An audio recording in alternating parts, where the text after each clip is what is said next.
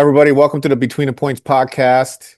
We just started chatting. Beau and I started chatting, and Beau's a coach for pros as well as junior development, and this is going to be a great conversation. Just talking about like junior pathway to the pros and what he's experienced through his. He's also played in the futures and played at Nebraska, right? Yeah. Yeah. Cool. Tell me, because I think this is a really interesting topic, right? We see Alcaraz, we see Sinner. That's just two guys. That's just two guys out of so many that trying to make the pro level. And the truth of it and the reality of it is that most juniors and most tennis players are probably not going to become Alcaraz or Sinner. Yeah. But yet, I'm wondering what's the benefit of like actually still going for it 100% and just going all in on your dream?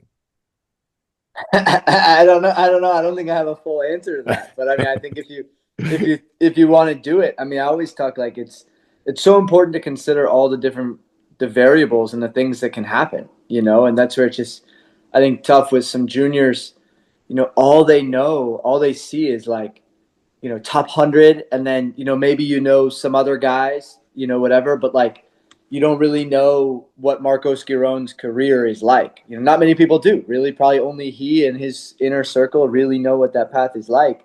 But he's had an amazing career. He's a fantastic player, and he's very rarely on TV. He's never the guy anybody says they want to be, but you get a really fulfilling life if that's what you want to do. But I think it's just like a pretty crazy expectation. But I think it's all across society of like, it's only worth being the starting quarterback for the team that wins the Super Bowl. Nobody wants to play for the worst team in the league, but that guy is an unbelievable player with an amazing journey and career path. So I think it's just like getting straight, what you're really in it for, and understanding that you can be in it, to be a pro player and to play the French Open and to play as a pro, but like there's also guys who get really close and then get injured and then spend 3 years rehabbing and kind of never get back. And then, your shoulder's just not really the same and you don't have that pop anymore. And all of a sudden, that it's over.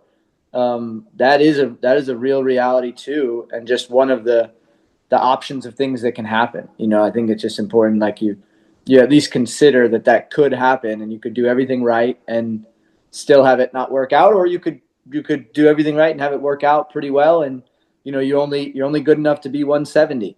I mean, 170 is amazing. It's not like that's an easy number to get to, So I think it's just trying to explain to these guys, that's what I try to do with pros and kids is try to get their perspective right so that you're not, comparing yourself to something that like you really don't understand. I think there's a lot of like anxiety there with stuff that just you don't understand the amount of work it's going to take and skill and talent and money and resources. Like it's amazing what the life of a pro really is. And then what, the life of like a local junior in Toledo, Ohio somewhere actually has. It's like pretty different, Yeah, I totally agree. And kind of to go off of your topic about like what could happen, right? So one thing I always try to talk to my juniors about is that it's okay to have those big dreams and things like that. Just understanding that, the letting the universe or God or whatever you believe in kind of take care of that and just focus on the processes to get you there. And then just allowing whatever happens and realizing that really the point of setting these big goals is because whether you get them or not, it's the person you become along the way. And when you Sure. understand, right, when you understand that no matter what happens here, if you get it or not, now you can take whatever skills you learned, right, and you can apply them to different aspects of your life and go all in on maybe something a little bit close to that dream, like becoming a coach or managing a tennis player. But then you're going to keep your discipline, right? Because when you're a pro, when you go for those big dreams, you got to be really disciplined, right? You got to be Yeah. able to make sacrifices. You got to be able to like have a positive attitude, and all those skills can apply to different parts of your life. 100%. Yeah. 100%. Yeah. Yeah. So, well, maybe you can tell us a little bit and tell the audience a little bit about your story, like uh, playing in college and then going into the futures and how you ended up uh, being a coach. Yeah. I mean, my dad was my coach. I grew up in Florida. Tennis background, tennis 24/7. He's a coach, and that was great. We had a great time together, traveling and with my mom and stuff like that. And then I went to the University of North Florida first for my first 2 seasons. Um, and then I wanted to transfer play at a bigger school, see football and a bigger conference and all that. So I went to the University of Nebraska, and that was great. I mean, met so many good friends and teammates, and got to play Michigan, Ohio State, and those bigger schools. That was kind of what I wanted to do. And pro tennis was always like a dream, but like knowing what I know now, I mean, I really had no idea what was coming. I would always work since like my junior or senior year of high school at country clubs in New York to make money to pay for college, where my tennis scholarship didn't make up for it or whatever, and then I would work and I would play futures with that money, and so you're like, you make like 25 grand, and then you go and you try to play futures, and all of a sudden like flights to Greece are really expensive, and Egypt, and all of a sudden, like, you got 6 grand left, and it's February, and the work starts again at the country club in April or May, and it's just like it was great. Like it was so much fun. It was a lot of stress too. I didn't really understand like giving yourself a fair shake, or like even getting close to like, man, it would have been really nice to have a physio, or like a coach with you or something. Like I wasn't even close to that world. I didn't even know that was an option, but I didn't have any money really. And when you take, 4 months off to coach, it's really difficult. I think it really did help my game though, the coaching, like explaining the basics of tennis over and over and over again, like really helped. And seeing players freak out and be upset about kind of the wrong things, that helped me a lot. Um, but eventually, my I had torn my bicep, and I didn't have the tennis playing level anyway. So one of those years that I was coaching, I was thinking, all right, I'm 6 feet tall with an average serve and a one-handed backhand. Like I need to figure out what's going on here. Otherwise, I'm just gonna, I'm never gonna do anything. And so I started studying the game a lot and watching guys that were kind of a similar build to me, that I thought at that time, maybe we have similar skill sets. Can I see what they're doing? And so I'd watch, you know, hours and hours of Challenger TV, and I would track, different things. I wasn't really looking for anything, but I would look at guys who were like, crack through from futures into challengers, and then challengers into tour level events, and see, what happens when they actually play Dimitrov, or when they actually play Ferrer or somebody like that. And so I came up with like kind of this strategy of how to practice and how to play that I thought could work. And I started working on that, and it pretty much changed the way that I practice and the way that I think about tennis. Honestly, from those months of tracking the game, and then eventually I didn't have any money and I didn't have the level, and so I got into coaching and really wanted to be in coaching players. I really thought that my way of looking at the game could work for certain guys, and it was always kind of like, can I get somebody into the top 100? I really wanted to try that. I didn't really know what it was going to be. And honestly, the first job I ever did was with a doubles player who was a friend of mine who played, and he always, we would talk about tennis all the time. And I just started there thinking, all right, this is a pro player. This is what I want to do. And I've really just been doing that for the last 6 or 7 years, I guess. But just trying to help individual players as best I can, and um, Mhm. take what I think about the game and try to put it into guys that are better than me. Cool. That's awesome. I you said something about like you were watching and seeing how what they did from the Challenger Tour would how it would work out against Dimitrov. So Mm-hmm. what did you see? Well, I saw what I think I saw was that you need to practice thinking about, sometimes it's off court. I mean, I think a lot of coaching, adults like I do is off court stuff. But you have to think about, risk taking, and if you have a forehand inside out on the fourth ball of a rally, that's probably needs to get hit, and you can't operate in a world where you're an idiot if you miss it and you're the man if you make it. Like, that ball needs, that's the best shot you're going to have against a better player, and so you got to take it and you got to be willing to take it, and so thinking about like managing risk and how to play really a strategy, I think, is something that really I felt like a lot of guys weren't doing. I felt like a lot of guys were kind of like, nobody's happy to lose, but sort of playing the same way, whether it was second round of a challenger or first round of a 250 after you qualify, and you kind of like play the same way. And in some senses, the other guy is just better than you. So if you don't take a certain amount of risk, like, you're sort of just hoping for a bad day on his end and maybe a particularly good day on your end. And that doesn't happen that much.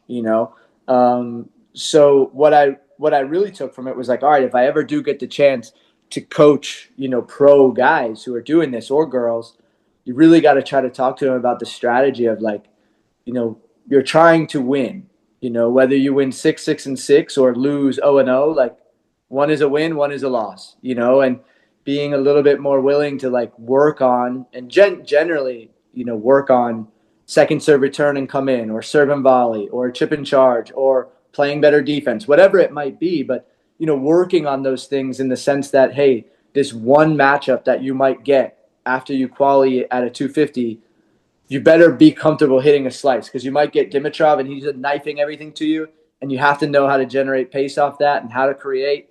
And if you don't ever practice that, you like hit through the middle, hit forehands cross, chest high balls, then Dimitrov's like a whole different world when you actually do see him, you Yeah.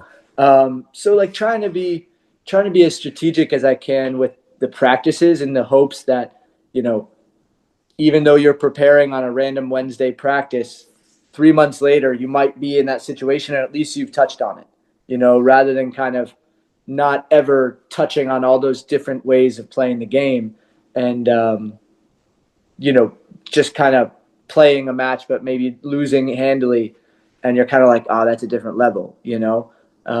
I just felt like there was so many practices were the same, especially when I still got around it. Guys at the futures are doing the same practices that guys at challenger levels are doing. Everybody's just better and faster and stronger. So like, you're never going to break through that level if you don't do something different.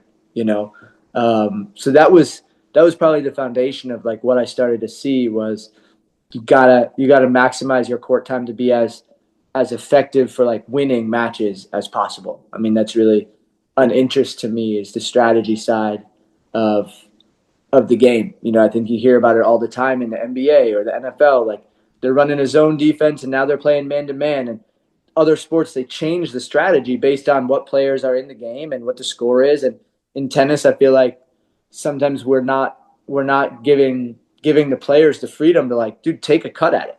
You don't want to be in a rally with David Ferrer. You don't want that. So if you get a ball to hit, you have to hit it. And that's just the strategy for today. Whether it works or not doesn't mean that you're a good player or a bad player. You got to be good enough to take cuts with your backhand and be okay missing. So that's really what I enjoy doing and working on, and trying to help guys see. Gotcha. Interesting. Um, so as you were talking, I'm thinking to myself, okay, walk us through like uh, what you do differently, or like what the strategies for practice based upon what you want to accomplish. Like, is there something how is this different? Like, because you said everybody's kind of doing the same thing. How do you take a player in practice? Because I have a lot of junior players that listen to this, and what would you say, like, how can they get better uh, at practice? Yeah, I mean, I think like, one thing that always I try to start with guys on is like working on ball speed. I feel like that's a big factor in terms of like when you're playing at a certain level. So like as you're warming up, you got to get a certain amount of depth against a player who's better than you, right? You got to hit the ball a certain amount of depth, and so you got to be okay missing. And if it's a Tuesday afternoon practice at wherever you're at, whether that ball lands in the baseline by a foot or out of the baseline by a foot, but it's clean and you're balanced and it's a heavy ball. Who cares? I mean, nobody's really good enough to put the ball within a foot of where you really mean to every time. So like letting go of that kind of fear of missing that like failure, I hit the ball out kind of thing. As long as you're doing it, you're thinking, okay, I'm working on my forehand through the middle or whatever, inside out, and I'm trying to find that depth. What kind of swing do I need to take? What swing path actually works for me? But you got to be okay to, like, if you hit 100 balls, I don't know how many you might miss, but you can't expect to make 98. You know what I mean? So like setting up the expectation of the drill to be a little bit more like a little bit more friendly for learning, I guess, maybe, where there's really no missing if you're trying to do it the right way. Or like if you're hitting through the middle, practice. Sometimes one player might be just absorbing, deep, fast balls, whatever that, which is a huge skill. And the other guy's trying to hit the ball nearly as hard as he can. Sometimes you get firepower on you and there's nothing to do. And if you don't practice hitting the ball hard, you're not going to hit it hard, you know, rather than maybe going out and trying to have a 100 ball rally necessarily, which is also a good one, shot tolerance and focus and balance and all those things. But, that's two drills that I do almost daily with guys, is working on the ball speed and the depth.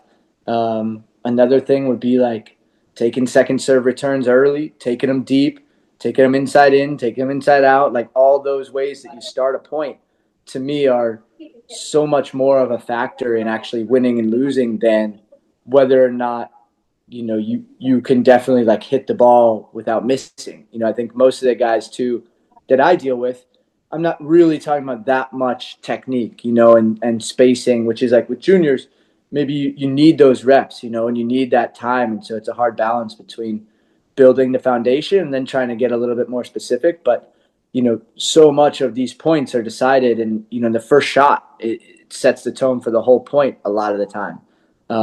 So like really trying to work on that for an hour, that's probably 5 days a week. We're hitting an hour of returns, all different types of ways, because you don't know what kind of serve you're going to get. And I mean, sometimes I'll stand right at the net and try to ace the guy. Like, dude, that's what it's going to be like to play Opelka, and you're going to get him somewhere. I know it sucks. It's an annoying practice, but it's going to be an annoying match too. And at least you've seen it. At least that's an option of guys you're going to get. Mensick is raining balls down on you. That is what it is. Actually, it's not like you get to play a baseline point where the first ball goes cross and then you're even. Is the serve and the return are so essential for just, starting the point and Yeah, dictating the point. yeah, Um, 100%. what kind of other drills would you recommend do you do for serving and returning that would be helpful for the juniors? I mean, sometimes we play games where like you step up to the line trying to hit an ace, and you just serve until you make one. There's no first and second serve, but I think sometimes that mentality of like step up to the line, hit a really big serve, and play offense right away. It's different than if you're just kind of in the mundane. Hey, I'm going to serve out of the basket, and like I'll set up a cone, but like doesn't really matter if I hit it or not because the cone's so small anyway. Blah blah blah. It's easy to kind of go day to day, just kind of like going through the routines of what is a good practice. It is good, but sometimes I think it's good, like try to hit an ace. That's one way. Another way is like we play games where, hey, I'm gonna go kick backhand. It's a second serve. Where I'm going. I know and we'll play the point out from there. And that guy gets to probably play offense with his return. Something like that.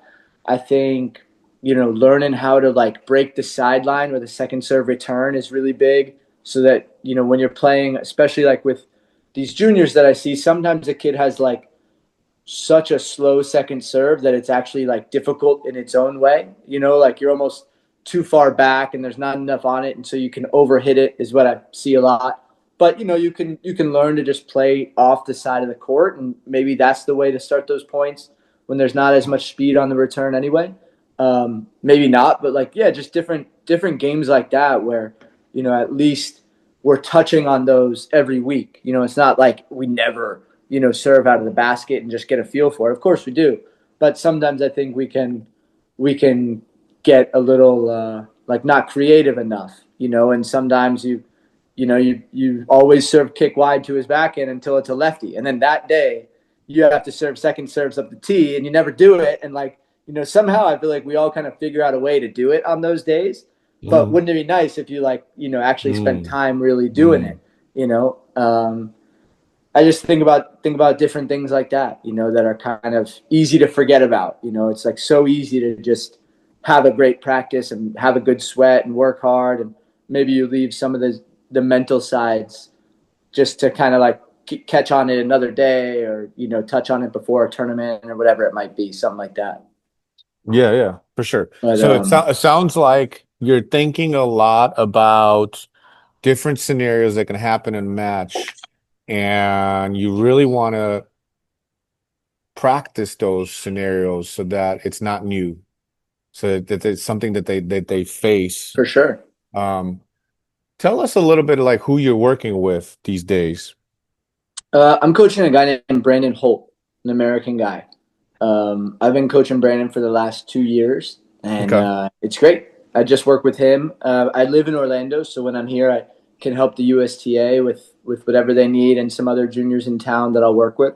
But I've been traveling, 30 weeks a year for the last 6 seasons, with different American players, and it's been great. But yeah, just work with Brandon at the moment. Cool. And how is that like as a coach to, work with one player versus many players and building relationships? And is there anything different that you do? Yeah, I think it's so different. I mean, it's been fun being Brandon's been injured for a little while, which is a huge bummer, but I've been here Yeah. working with groups, of boys, and it's really fun. There's so much energy. You can coach a little bit more broadly, and just kind of giving general advice. Obviously you can help them individually as well, but not as much. Just because you have 8 guys on 2 courts or whatever it is, and there's a lot going on, so it's very different. But it's fun. I really love it. The energy, and especially the younger guys, 16-year-olds. They're so fit and strong and willing, and Mhm. can sort of work on anything that any drill you want to come up with. They can do it, and then they also buy in, which is great. So that's been really fun. And then working with an individual player is really different. For me, I think it's really like the relationship that you have with the player is probably the most important thing. Everybody can play. Everybody has what they're good at. If you watch these guys play a match, you can generally, say, oh, he should do more of this, he should do more of that. But what I find is like, these guys have A, they're really smart. B, they're so competitive, so competitive. So like they're trying as hard as they can, and they've heard everything before. It's not like you're going to tell him something he doesn't already know or hasn't heard. So Mm. I think it's more, how do you kind of get it into their head, whatever it is that you think they need to hear about their game, or put into their game, or their mentality, or their kind of body language on court, all that stuff. So it's like it's really hard to do that if you don't have a good relationship with the player. And you're also traveling with somebody is a lot. I mean, to spend 30 weeks a year, like I see him more than I see my fiance, and you're in different places and it's really competitive. And like we kind of started the conversation with, like, dude, you lose most every week. You lose, and like that sucks. That day sucks, and you got to book the flights to the next place and regroup and get practice courts sorted at the next place and see what the gym is like, and all that kind of stuff. It's not easy, and I think it's really easy for that to go like uh, unconsidered. It's not like all I ever talk to Brandon about is tennis. That's not it. We have lunch and dinner and breakfast and train rides and flights, and so you really gotta know the guy, and he's got to know you too, and it's got to work. But I think I really enjoy the individual side, and I really enjoy the pro side, because it's to me it's somebody's like first stream. Like these are not guys that have jobs. These are not guys that have worked, in summers at a country club. Like these are guys that only play tennis. It's their dream. They're doing it. and it's their first thing for the most part. Maybe some guys are like so good they also want to do other things, but they're really at the point of like it's either going to work in these next 6 years or it's not. And I just find that to be really intriguing and intense and fun.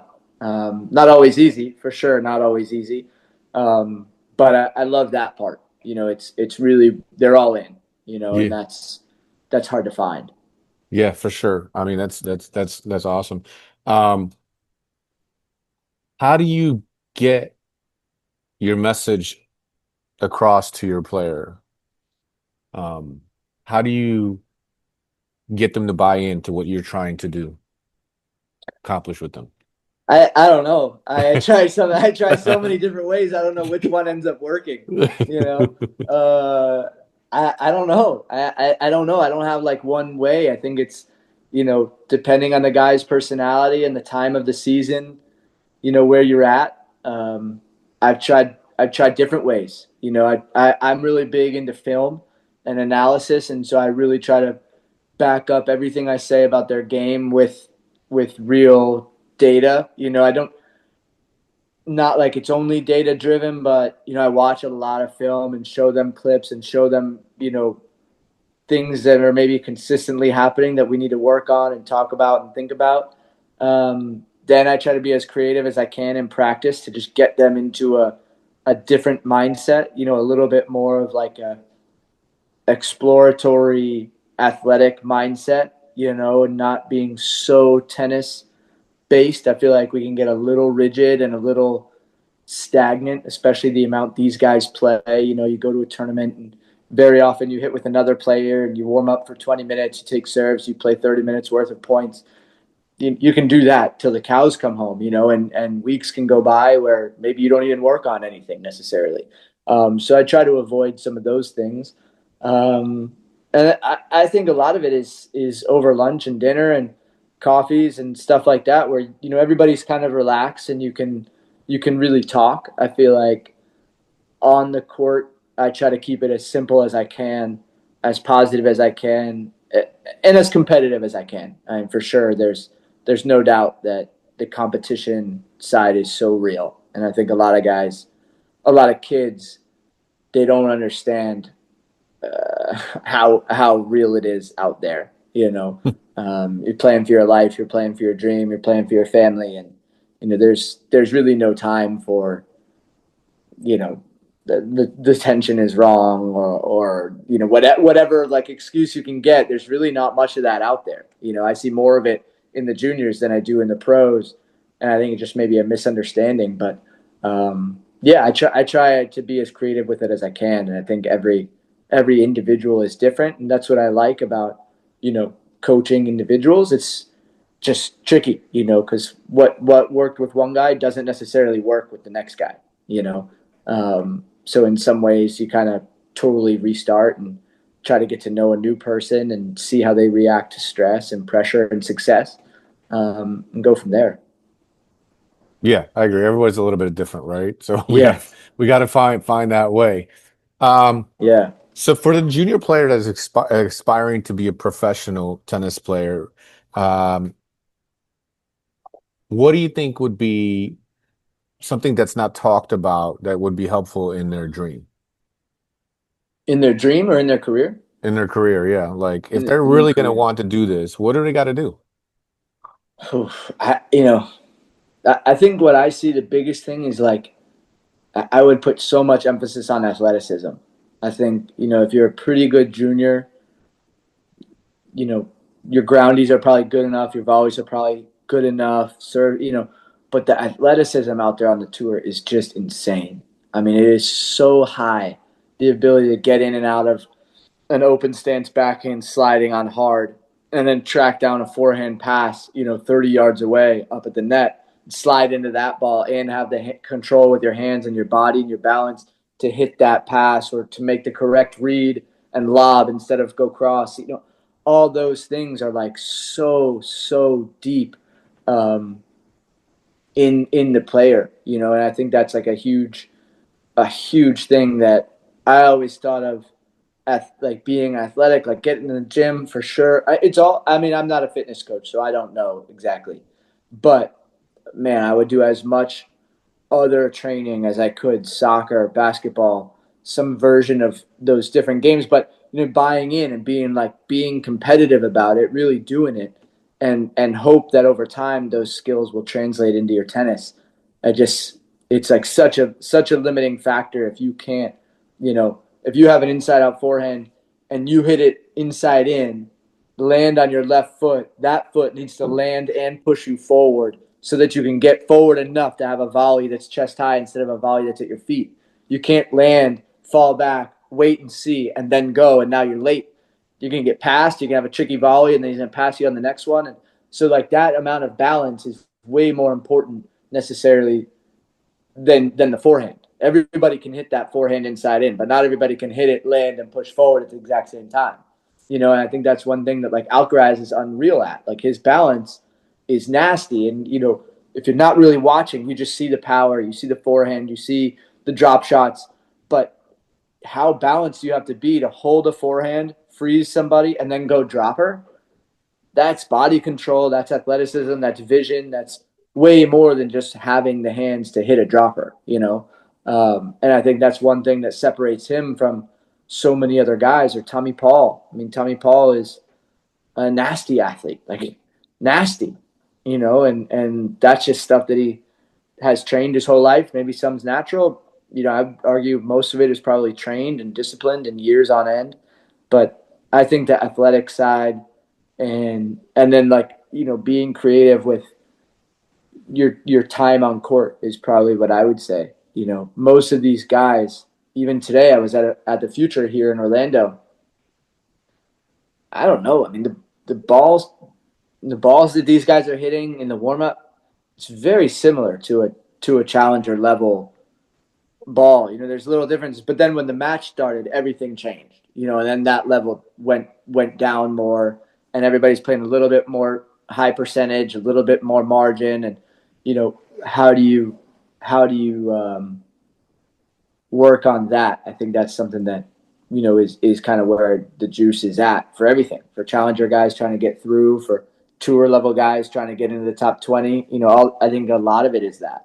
So you hit up on a really interesting touch point because between the points, we really focus on the mental side of the game. And I kind of want to just like, why do you think that level is a little bit like you said at practice, that level at futures is just as good as about any levels. And then they get out in a match, all of a sudden that level drops a little bit. Why do you think that is? And what could players, junior players do to be able to step on in a match and keep that level high, Yeah, in I your mean, perspective?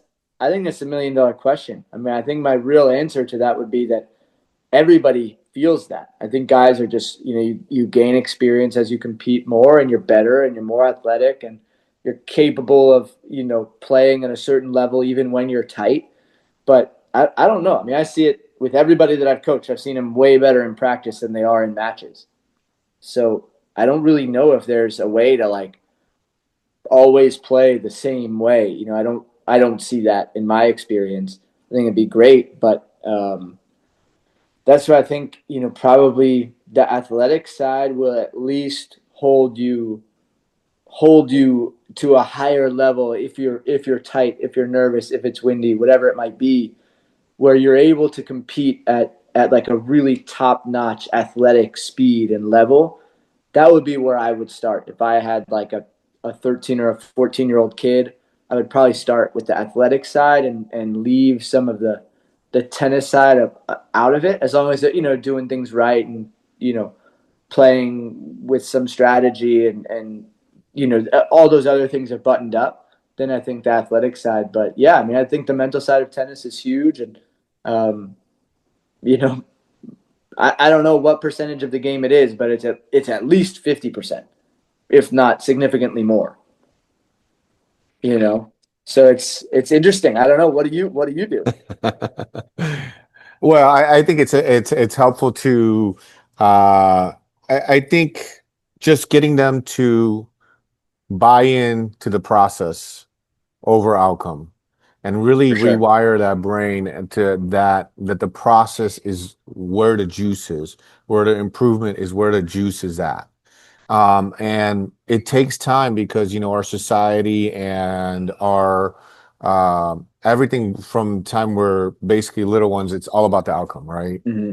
From Hmm. school grades to like number one player, number two player, all that stuff. That trains our brain to be focused on the outcome. When that happens, that's starts to create the tension, the nerves.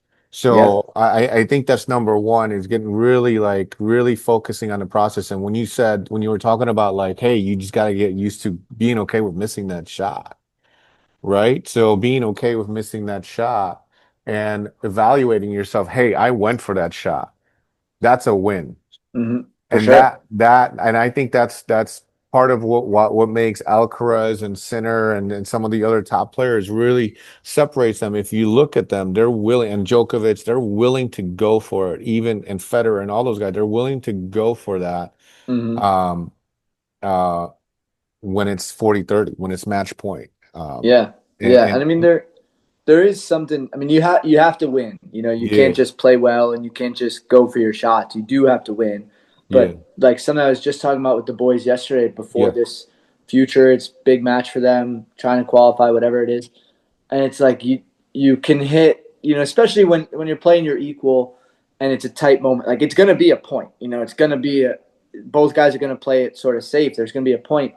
It's such a bummer when you play a great point and you were probably, up in the point 60-40, and then the final shot that you strung together, you were probably up before that shot got hit 90-10, and you miss it.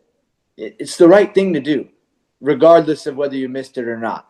And so you should actually be, I think, if you could figure out a way to make yourself pumped. I played a good point. I mean, that was a great point. I put it together. I got what I wanted. Okay, I didn't execute. That sucks. Wish I had executed, obviously, but that was a great, like, I'm there, and try to register it more like that rather than, my forehand sucks or whatever it is that you can tell yourself. But I think that's a really big, like, reframing opportunity for young guys to start to learn, because there's plenty of shots that, in my opinion, if you watch, you know, you really can't go on like unforced errors. I'm not like a huge unforced errors guy. Dude, you have to play to win. The whole thing is to win, not to put. The option was to put balls in the middle of the court. Then sure, don't have any unforced errors. But that's never the option. I mean, you have to learn how to take a backhand early on the rise and hit it line, and it has to be good enough to work in a match. It's not an easy shot at all, but it's also totally required. So like I think sometimes kids are just like they're not taught how to think through the whole situation of what's going on well enough, so they get stuck in this, you know poor thinking loop where you're operating as if one of the options to win is to just put balls in the middle, and that's never been an option. you know Yeah. so a large part of what I try to do with these kids is like not necessarily help them feel better, but try to help them think through what they're trying to do to be more stable. That's a kind of a word I use a lot, is like, can you just be stable for a whole match? Play every point as best you can, kind of the same way mentally. That not getting too high, not getting too low. It's the oldest thing in the book. Can you kind of stay even? You know, um, but yeah, I think it's a way that you can think through the Yeah. process of what you're going after and what you're doing, and So that yeah, should help. yeah, and I agree with you about reframing and like framing the missed shot as an opportunity or it's a gift or framing it as a way as a lesson, right? To learn what I need to do in order to hit that better next shot. And that's something I teach the kids all the time. It's like it's not that like that when you're out on the court, it's and even Djokovic talks about there. It's not that you're not going to have these emotions and you can't have these emotions and these thoughts that are going to like. It's about being able to recognize these thoughts and then process those thoughts Hmm. quickly. Hmm. The Hmm. quicker you are able and reframe them into something that's going to keep you loose, right? Yeah. Because if you think about, oh, I just missed that shot and I'm like, I'm a horrible tennis player. That's a horrible forehand. that's going to create tension in your body, and you don't want that. You want looseness. So you got to be able to recognize that really quickly. Oh, I had that thought. Because when you Mm-hmm. have that thought, it's just an emotion speaking, Mm-hmm. right? And when you reframe it, okay, I had that, you recognize it. And I always tell the kids, recognize with grace, right? Mm-hmm. Because it's just a part of you. Be okay with having that thought, but then step in and say, "Hey, For I don't sure. I don't want that thought. I'm Yeah. going to think something differently." That forehand miss was because I needed to learn something from that, or because I or a great or one of my kids is actually reframing a question, how can I make it better? Right? So just training that brain to be able to process that really quickly and effectively, and understanding that improvement is the goal.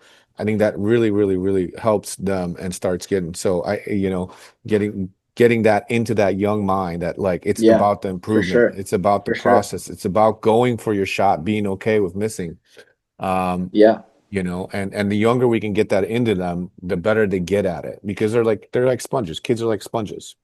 Yeah, for sure. And they just all have so much potential. I mean, they're all so good. And especially, I don't know, it's crazy to even say this, but with everybody's got the arrow and it's all juiced up. I mean, guys are hitting the ball hard. Like it's crazy how good these kids are. It's like, poof, I guess you think this is normal, but like, I'm pretty sure you were way better than kids that were 16 when I was growing up. So the levels only going up, and it's so competitive. And teaching them how to think is massive. A lot of these kids have so much on the line. They're playing international events 20 weeks a year. Like they're little pros. So it's not like they're just playing local tournaments anymore, like I did. You're playing local events with your dad. And, you're trying as hard as you can, and that's it. Like these guys are all over the place. So I think you do have to really teach them how to think, properly, or as properly as we might think is the way.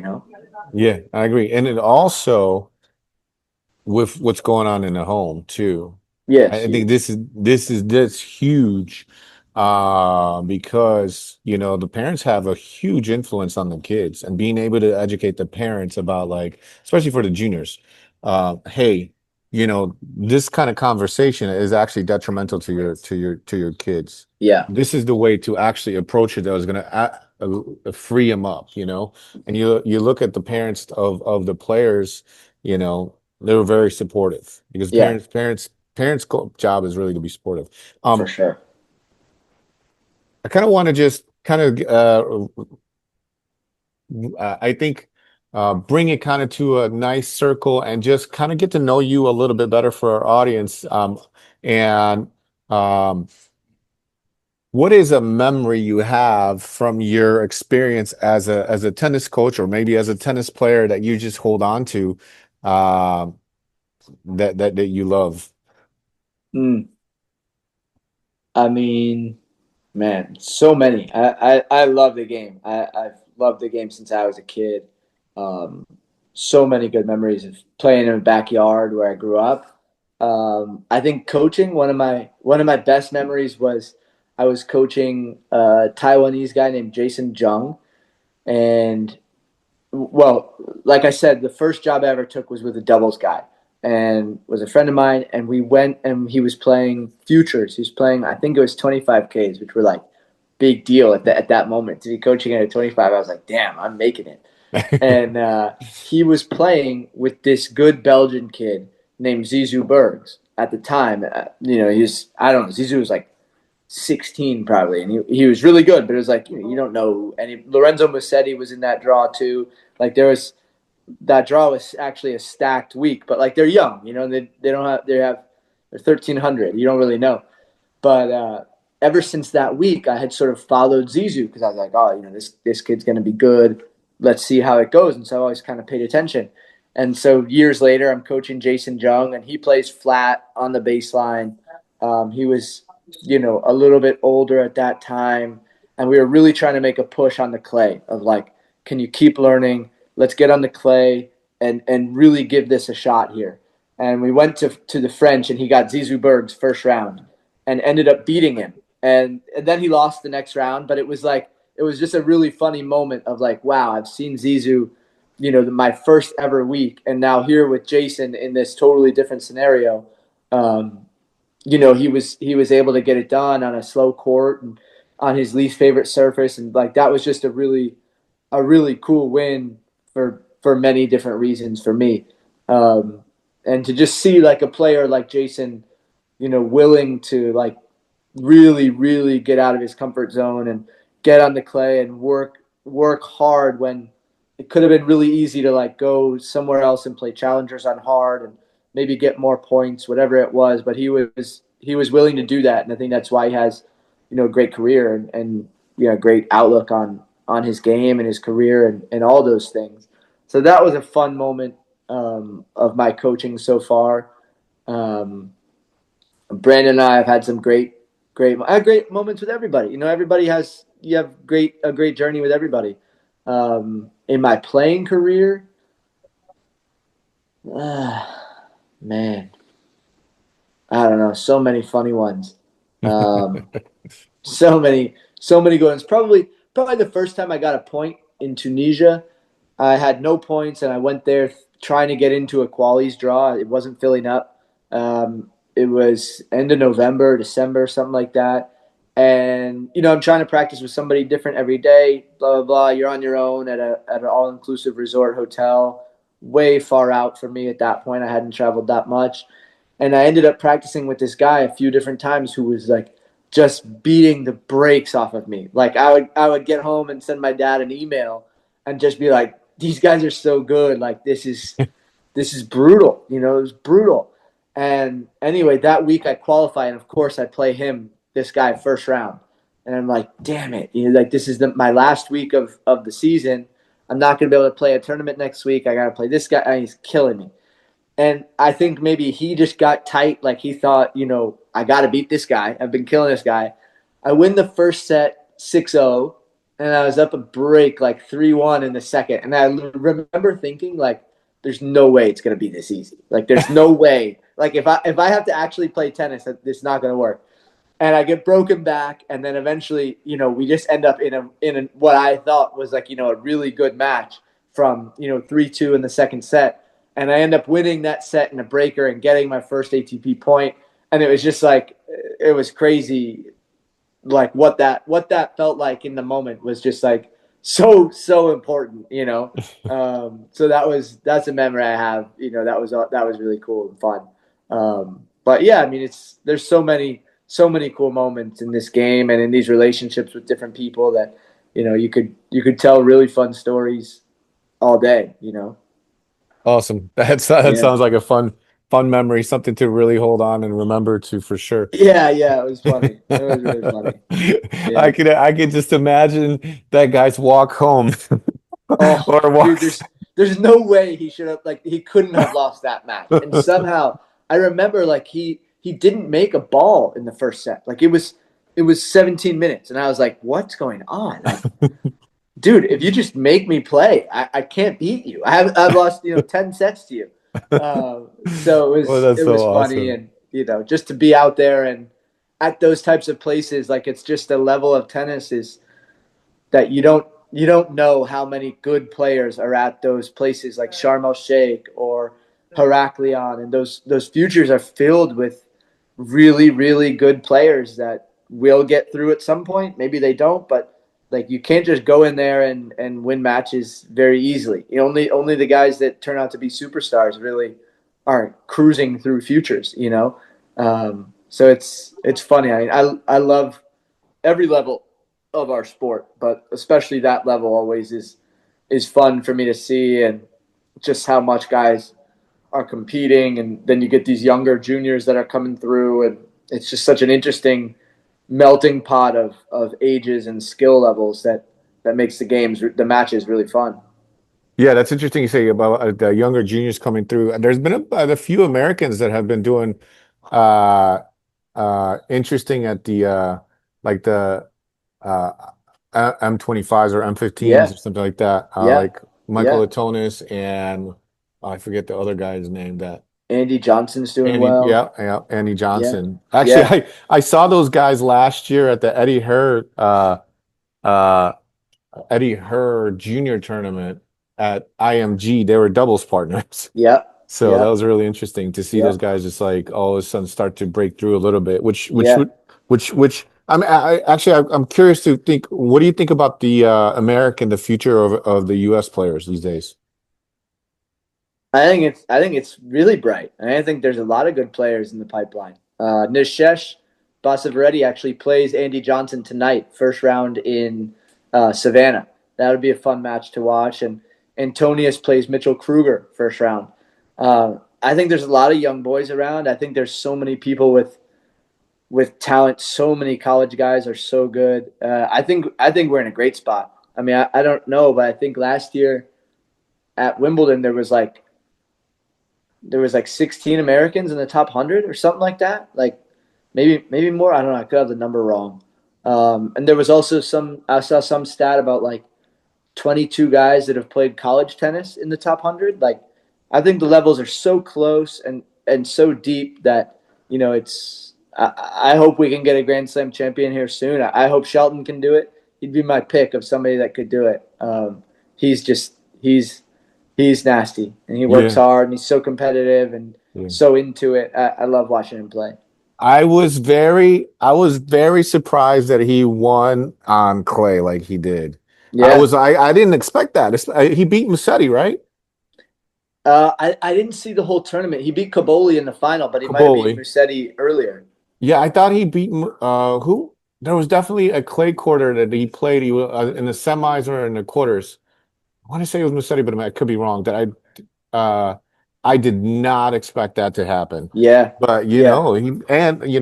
that's good for him. He's coming off of that injury. I'm so excited to see him what he keeps doing. Yeah. Yeah. I mean, he's so exciting, and I feel like he really excels. Like in talking about variables, like he excels in that competitive you know, frame of mind, which is important to practicing because some days you're going to qualify and get Ben Shelton and it's a whole different world, him yelling at you from across the net and raining down those serves on you. I mean, I remember when he didn't he beat Casper in Cincinnati like some years ago when he was just coming out and it was like Casper had never seen anything like that, it's just, it's awesome to see. And I think, I don't know all the American guys. I'm sure there's guys I've never even heard of that are going to be really good too. Yeah. But no, I think American tennis is in a great spot.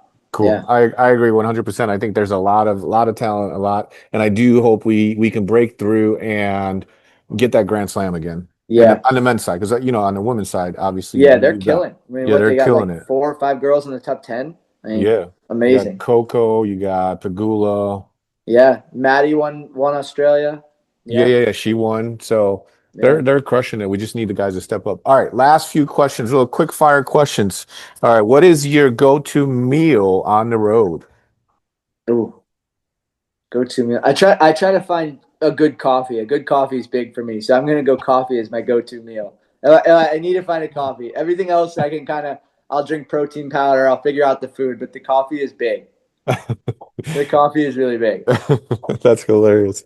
Also, Yeah. have you ever heard of Danger Coffee? No. Okay. It's good coffee. Okay. Yeah, Okay. yeah, I'll look yeah, into yeah, it. yeah. Uh, favorite movie? Favorite movie? I think I'll go Gladiator. Ooh, Gladiator is a Gladiator. good movie. Yeah, that's pretty inspiring for sure. Who was your favorite tennis player growing up, or favorite tennis players? Ooh. Always guys with one-handed backhands. I love Tommy Haas. I love James Blake. Simone Bolelli was an unbelievable player. Obviously, Stan, Cole Schreiber, those guys. Cole Schreiber was the man. I used to love him. Hmm. The Yeah. one-hander. The one guys with the one E. Yeah. Yeah. Yeah. Well, when I was growing up, my hitting partner, his name was Eric. He had a one-handed backhand. It was just so nasty. I hated him. Yeah. He Yeah. would just crush me all the time. I was like, "Man, I hate you and you're one-hander." I could never, but I think maybe beat him once. That's about it. But Yeah. super good guy, It's a big He, win. yeah, If yeah. you It win was, once, you still won. yeah, one time. Cool. And if you had just to kind of just wrap it up, if you had any words of advice for junior players or college players that are aspiring into to get to that next level, what would you like to tell them? Ooh. I would say make sure that you're hitting return of serve with 20% of your court time and spend 40% of your time doing fitness, doing explosive jumps and single leg bounds and things like that. Change of direction.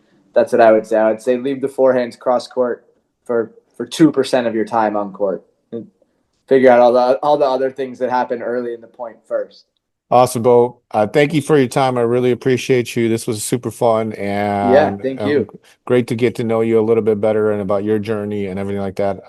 Is there anywhere where can people find you? Oh, and book, right? Your book. We got to get Yeah, plug that in too. yeah. I wrote a book in 2020 that breaks down some of my thoughts on the game. I've actually got a second book coming out. I'm just trying to finish it up right now. But I wrote it in 2020, and it's just kind of a compilation of drills and ideas that I was working on at the time and still use, daily. And it was just kind of actually at that time I was coaching Brandon Nakashima and a couple of other juniors, and I had so little time with these juniors that wanted to play that I gave them this stack of journals that I had. I've always been like a tennis nut. And I was like, you guys just read these. And I should have like taken some pages out probably. But anyway, I gave these kids these journals and like it really helped. I was like, you don't have enough information coming into your world to even understand what, futures is going to be like or scheduling or why do some guys play on hard and other guys play on clay, blah, blah. And I just found that it was really helpful. And so when COVID hit, I had more time and I just condensed all of it into a book. And it's been really fun. And my only goal with it was just like it would be something that would have helped me a lot. Had I been like a sophomore in high school and read that kind of information. It's nothing really new, but maybe it's said a little differently and just would have given me some ideas. As someone who would practice with my dad, but also like I didn't have private lessons with coaches. Like I would set up hits with kids in town and we would, warm up and play 2 sets or whatever it was. So if I had something that would have been a little bit more of like a roadmap kind of, I think it would have really helped me. So I was just kind of like, I think it's good for the game to have some information out there, and if it can help some people, it helps some people. So it's not on the New York Times bestseller, but it's helped some people, and I have all the players that I work with read it. That way we can kind of be on the same page, and if we think similarly about what we're doing with practice and what we're doing with our time, that's really helped me a lot. But yeah, it's on Amazon. You can get it. You can DM me. I can give you one. Whatever you need, I can help. Cool. Awesome. Uh, Yeah. I will make sure to leave a link for it on the show notes and link to Cool. your Thank you. Instagram and all that stuff. Really appreciate your time. All right, everybody, that's going to wrap us up today, and we'll see you again on the Between the Points podcast.